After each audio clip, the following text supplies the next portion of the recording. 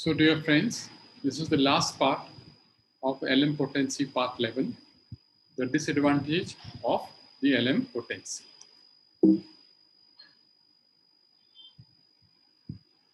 The main disadvantage is the method of selection of potency to start off with and its route of administration. So this is very important because different practitioners or different authors have different views about the same. So many authors have different views about the same, which can be explained as follows. Part A. Better to start with LM1 to LM6 and then go on an ascending scale. So some people say better to start with range either from LM1 to LM6 and then we gradually increase. We should not jump the potency as there is always a danger of aggravation. So do not jump the potency because naturally there may be a danger of aggravation. Why? Because disease is very chronic. Do not aggravate suddenly, but gradually and slowly. Thus, the potency of medicine should not be increased suddenly.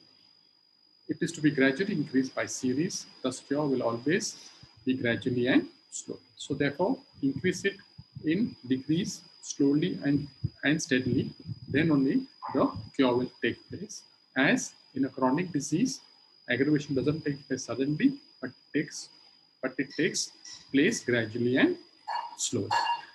So therefore, do not increase it suddenly, increase it by series and the cure will take place.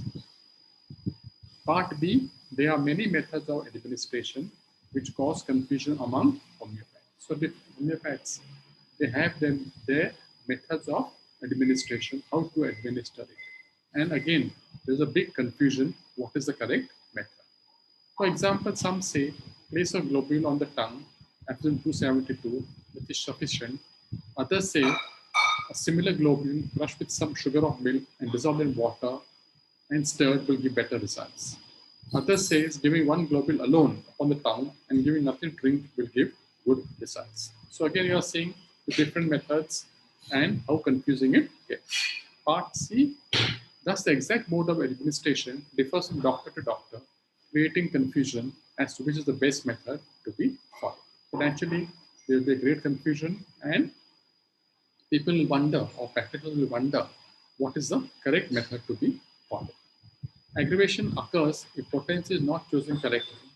Jumping from 0/1 to 0/30 is always dangerous. So aggravation will definitely occur if you would start off with directly a too high potency, or you would have a jump with a great gap in between, like 0/1 and then directly 0/30.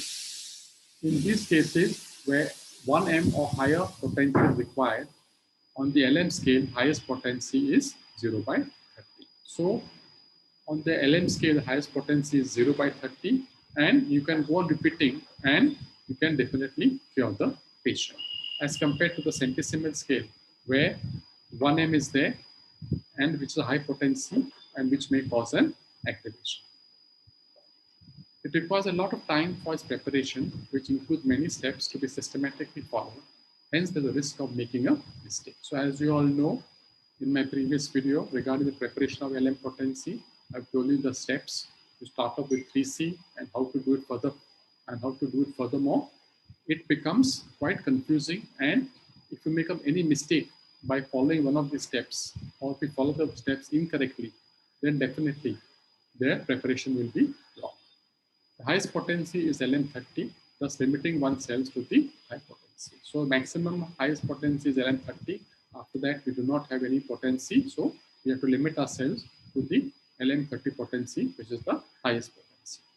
The patient may not follow the instructions properly for its use, which may be true for illiterate person. So even for the administration, we have to give instructions to the physician, to the person or to the patient. And it may not be a problem for literate people, but for illiterate people, they may not be able to follow it properly, and as a result of which they may do something wrong and the desired result may not be obtained. Precious time of the physician is lost in explaining to the patient how to take the medicine on the scale. So also time factors there of the physician. It takes some time to explain to the patient and again to repeat it and again to explain to the patient if the patient doesn't understand how to take the medicine on this scale. So a lot of time is wasted in explaining to the patient how to take the patient, and again answering the queries of the patient. Well, another hurdle is non-availability of the scale is another hurdle. I mean, most of the pharmacies nowadays, they do not keep these potencies. It is limited on a limited, available on a limited scale. Some remedies having only a few potencies and other remedies having a full range and so on and so forth. Certain remedies like Alifos and Dalcamara are found to be handy in action when given in the 50 millisiemens scale. This has been found by some doctors also. There is a different period of time aggravation in acute and chronic cases. Therefore, this time is not suitable to administer the remedy. So therefore, as you all know, different remedies have different periods of aggravation or time aggravation. It may be there. This remedy may be useful for an acute case or a chronic case. So therefore, whatever period of time aggravation is there in a remedy or in a case, we do not administer it. The 30 degree of dynamization progressively prepared would give a fraction almost impossible to express in numbers. Footnote number 156. So if you do the calculation, you would see that when you come to the 30 degree of dynamization of the LM potency, it would give a fraction almost impossible to express in numbers. Standard quality of vial and cork are essential to preserve the medicine solution for a longer time. So if you want to preserve the solution for a longer time, then you have to have good quality vial and a cork so that the medicine can be preserved for a longer time. Storage of different potencies of many drugs become a problem for want of space. So each remedy has 30 LM potency 0/1 to 0/30. So suppose you have 100 remedies. So as you all can know, 100 multiplied by 30. It is such a big amount of space will be required to store the medicines. So it occupies too much of space. You may not have so much of space in your clinic to store most of the remedies of the potency. Reluctance shown by many homeopaths to use this scale. Where this scale is not very popular, only few homeopaths are using this scale with great success. Probably they do not have much information or do not have much experience in this scale. That is why the reluctance may be shown by most of the homeopathic doctors. And non-popularity to use this scale. As you all know, this scale is not very popular. Very few people or very few homeopathic doctors use this scale as compared to the centesimal scale, which is the most widely used scale.